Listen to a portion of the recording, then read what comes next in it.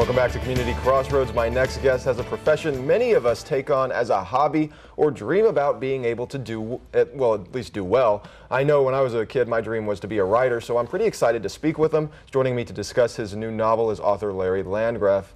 Sir, thank you so much for being here. Thank you for having me here. I always here. loved talking with authors because there's always incredible insight. What led you to becoming an author? Just by accident.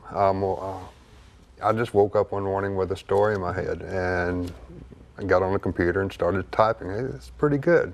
Next thing I knew, I had 300 pages. It was okay. You know, someone said once that all first drafts are garbage. So, and mine basically was too. So I got back to the book and started editing. Yeah. And next thing I know, I added another 100 pages. And let my girlfriend read it, and she said, this is much better.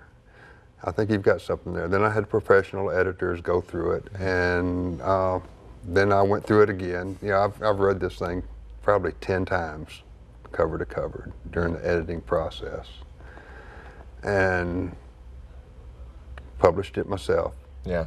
And got it out there. Needed to get some reviews. For sure. Reviews are an author's life. Yeah, absolutely. Yeah. So I got some reviews. You know, I knew the book was good, but is it good for other people?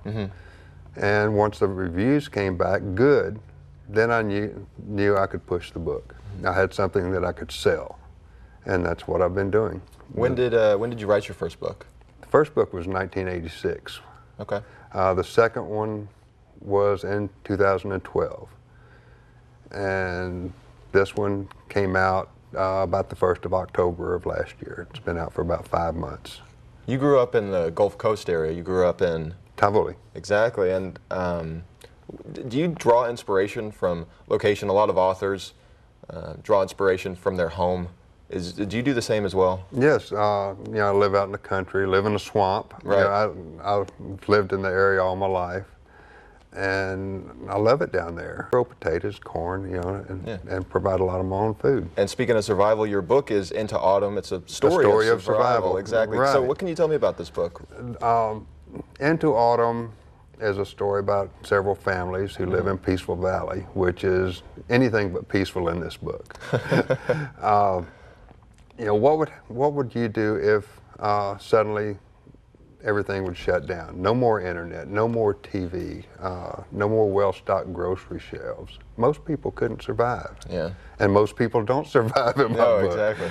But Lars and Eileen, they must learn to change in order to survive.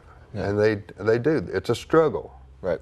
It will make you think. I've had people tell me that, you know, after they read the book, they've gone out to the grocery store and bought long-term groceries, you know, because, you know, something like this could happen. Right. I hope it doesn't. Oh, yeah. But most people aren't prepared if it does happen.